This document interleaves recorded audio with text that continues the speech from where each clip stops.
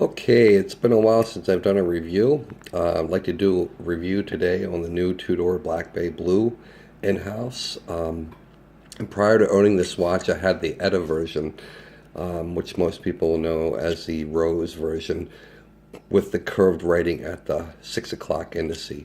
I had that for a few years and really enjoyed it, but when they came out with the new Pelagos and the new in-house movement, I was really drawn to that, especially the 70-hour power reserve. So when they came out with this and they came out with the riveted bracelet style, as you guys can see on the side here, I was really drawn to that. Tudor has been in the market, I guess, since 2010. And I think they first introduced the Heritage Monte Carlo, and I believe right after that they did the Pelagos and the Black Bay. But really drawn to this watch. One of the things I really like about the newer version is it does just seem to be just a tad bit more refined. I noticed with the crystal, it just seems to be a little higher. And I'm trying to get a close-up of that. And the beveled edges just seem just to be a tad bit more refined. Not that the other version didn't have these features, they did, but owning both of them, I will say that this new version just really like the shape of the case and so forth. And although it's not a whole lot different, it is just slightly different and just a tad bit more refined, which really drew me to this watch.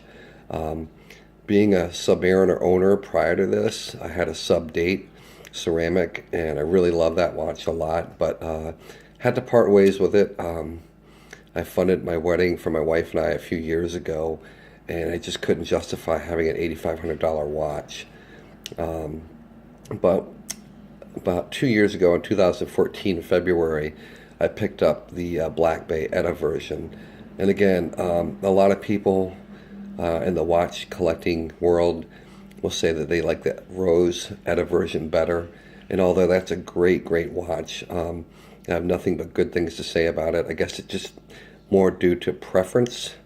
For example, on the dial, I like the straight writing more so than the curved writing. And I like the shield right below the 12 o'clock indice more so than the Rose. The Rose also comes on the crown still, as you can see. And again, excuse me for my poor video making. I am doing this with a cell phone in one hand.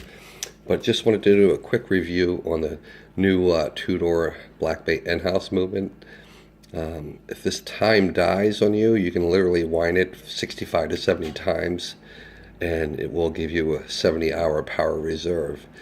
The nice thing about this watch is you can't break the mainspring. When you get to that point, you'll hear it click, and that's usually when I stop and wind in the crown. But the pluses of this watch, I would say, is a little thicker, a little heavier than the older version. Not by a lot, but you can definitely, if you've owned both, you can definitely tell that it is a little thicker and a little heavier than the other watch. One of the things I'm really not crazy about this watch, although some people like it, is this a locking bezel. And again, if I had two hands to do this, I would just demonstrate that. But right now, I'm doing this with a cell phone and one hand. But in order to turn the bezel, you do have to press down on the bezel and then turn. And it's a 60-click bezel versus a 120-click.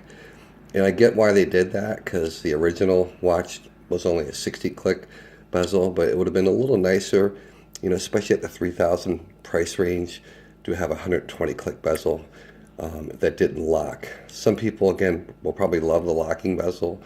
I'm not a big fan. The only thing that's really nice about it is when you do go around completely and you get to the 12, it automatically stops. Again, unless you press down on it again and turn.